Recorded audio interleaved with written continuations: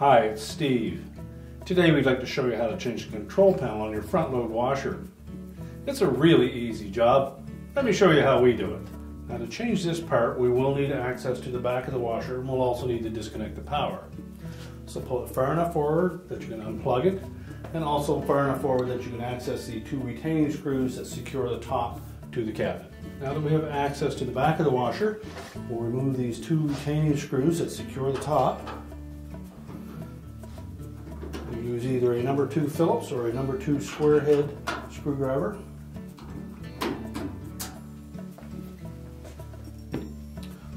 Once you remove the screws, just grasp the sides of that top and pull it back about 1/2 to 3/4 of an inch, and you should be able to lift it off. We'll set that aside.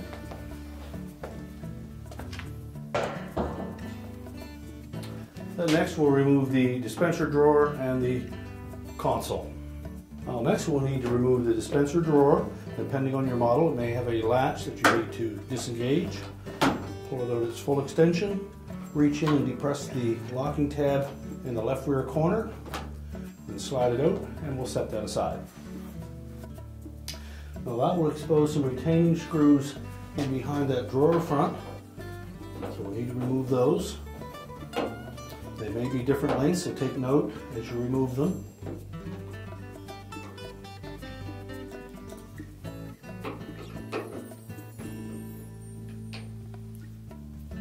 And then we'll set those aside. Next we'll need to remove 2 screws, one on either side of that control panel that's secured to the cabinet.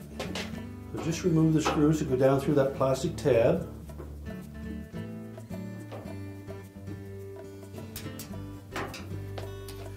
Now next we need to lift up on the top edge of that control panel to disengage it from the metal retaining strap across the front.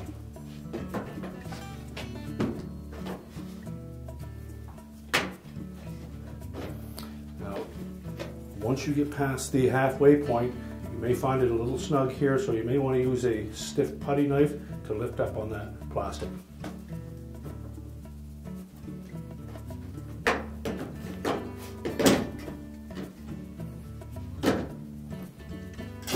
And once we've released that, we can lift the console out so we can access the control board from behind. We'll begin by disconnecting the wire harness connector,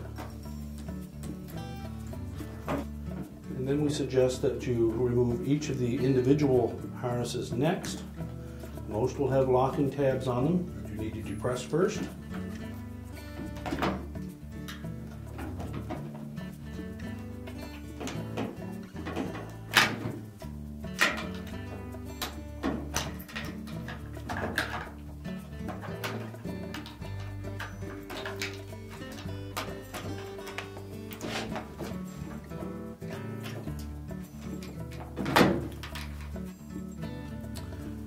The smaller style, you need to pull the tab away from the connector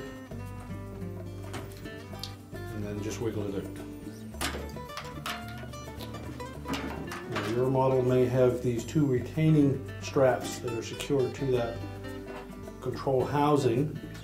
They're difficult to pop out of there without damaging them, so you may wish to remove the control board from the housing first, and then we'll separate that housing to release these 2 tabs so that we can reuse them. So the control board is held to that housing with 5 screws. Simply remove all of those.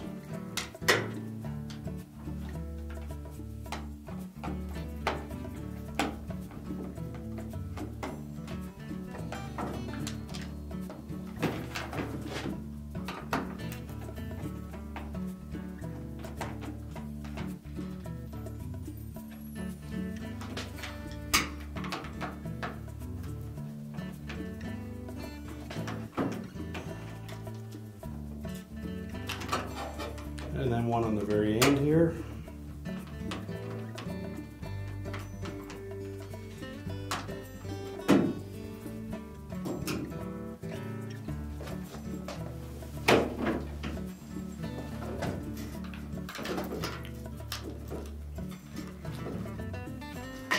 there are some tabs along the edge of that control board housing that will help to attach it to the console. And also the control knob needs to be set in a certain position to release it.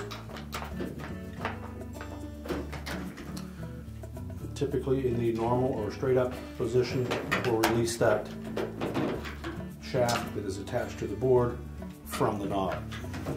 And you may need a putty knife to release that control board on the back side. Just pry it away from the tabs. And it should lift straight out. Now we'll carefully set the control panel aside because there are a series of push buttons and springs that are located on there that are just sitting in place. So we'll make sure that we lay it face down and out of the way. Next, we suggest that you remove these light diffusers. They just slide into those openings.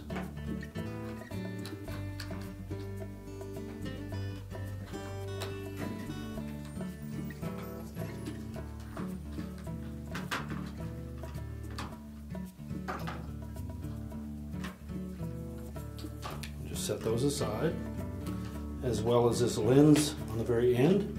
I'm just going to release one of the locking tabs on the side and lift that off. And we'll also pop out that insert.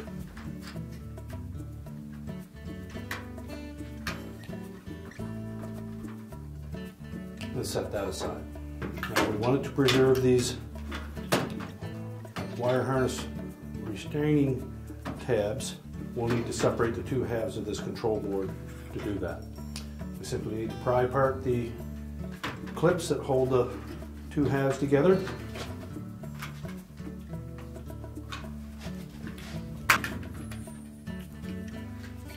We can lift off that half. And that will expose the arrowhead fasteners for those wire harness retaining clips. Just depress the two sides of those and push them out through.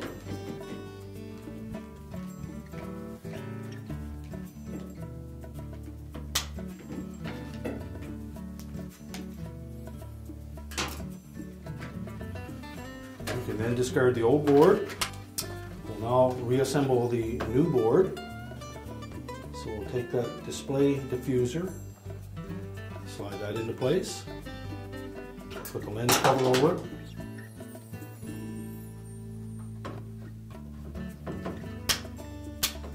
Make sure both tabs are locked into place. And then install the rest of those diffusers.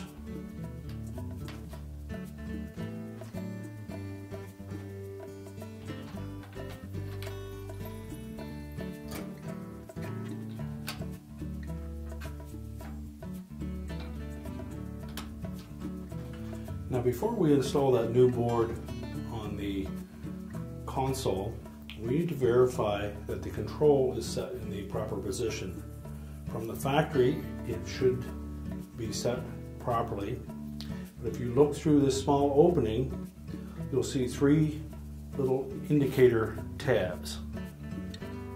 We want one pointing straight up, one pointing straight down, and one pointing towards the middle of the board. If those are not in position, we'll take the control knob shaft off of the control panel and just fit it in there and maneuver it until we get it in that position. Otherwise it won't fit onto the knob. So next we'll take that console, and being careful that we don't tilt it to dislodge those buttons, we're simply going to lift that dial skirt and the shaft out of the knob.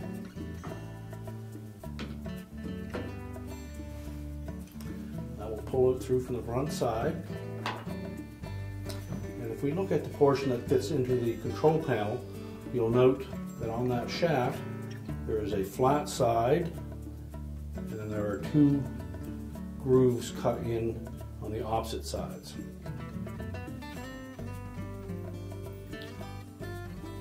There's also one little locating tab above one of those grooves.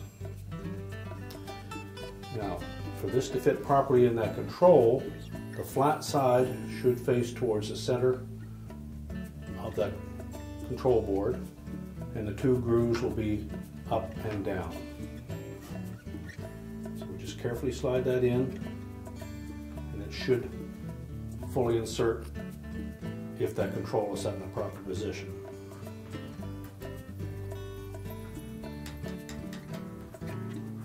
If it was not in the proper position, you would not be able to slide that in the full length.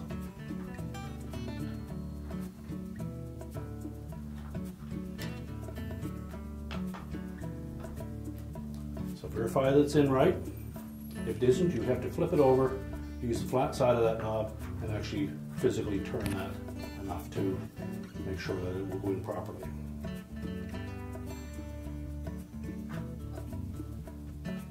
So once we have that set properly, we'll reinstall the shaft into the knob.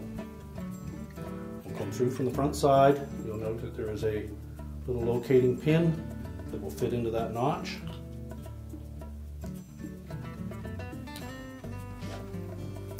And the side of the shaft that goes into the knob has a flat side as well. So by looking carefully into that knob opening, you'll see how that has to line up.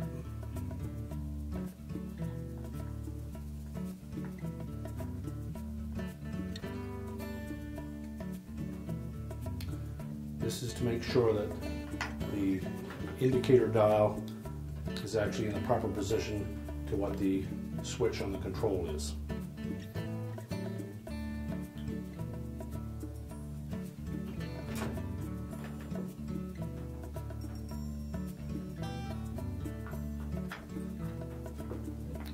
So then rotate that knob until the flat side of that shaft is facing towards the center.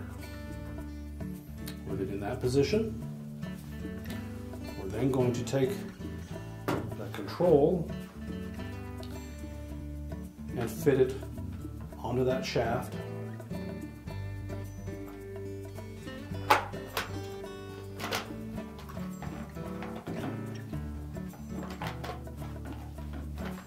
To look through the gap between the control board and that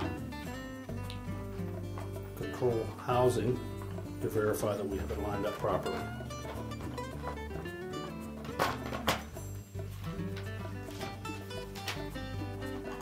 And once that slides over that shaft, we can then just press down on that board to lock it in place.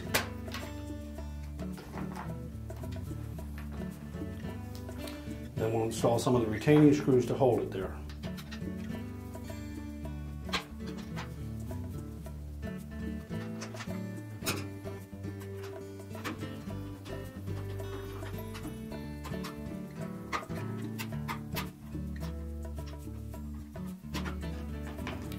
And we'll simply tighten all of those screws.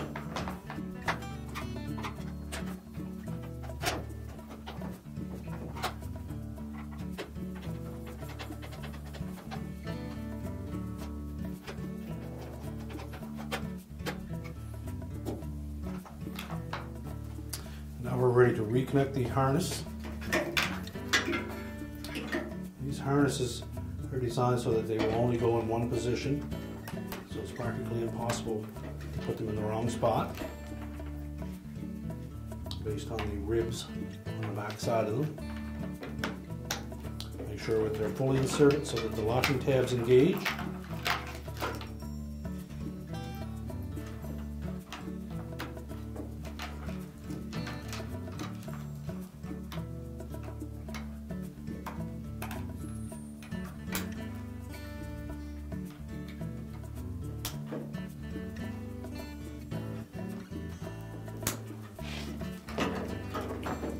We can then reinstall those arrowhead fasteners. Simply press them into the openings on the board.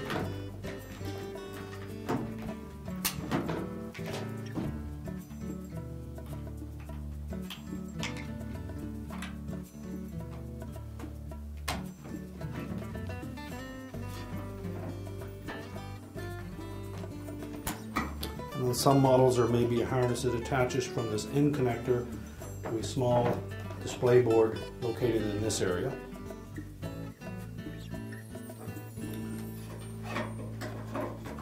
We'll then reconnect the main wire harness connector. And again, make sure it's fully inserted and that the locking tabs engage. Then we want to line up the locating pins on the bottom of that console with the rectangular holes on the top of the front panel. And we also need to line up these guides by the dispenser housing to make sure that they fit into place.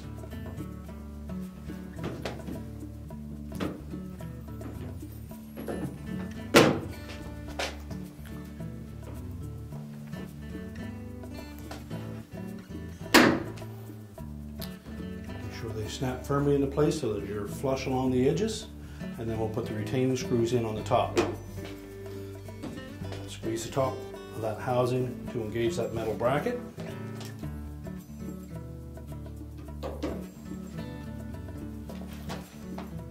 Next we'll install the screws through the front around the perimeter of that dispenser housing.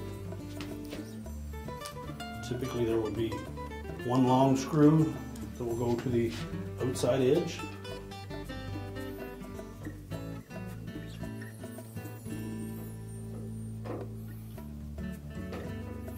And again, make sure that that console housing is flush against the cabinet.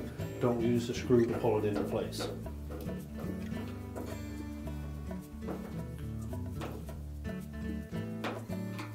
Okay, next put the dispenser drawer in.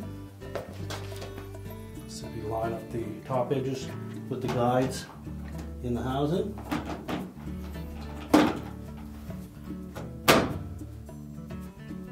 And now we're ready to put the top on. And when installing the top, we want to set it so that it's about 1/2 to 3/4 of an inch back of the edge of the console, as it needs to engage these two little hooks at the very front.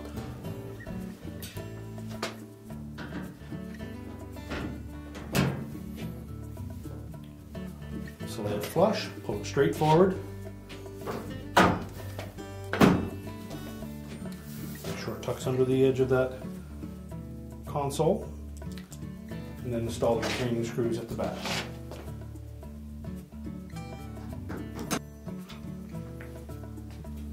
And now we can push it back into position. We're now ready to reconnect the power to the washer, push it back into place, and our repair is complete.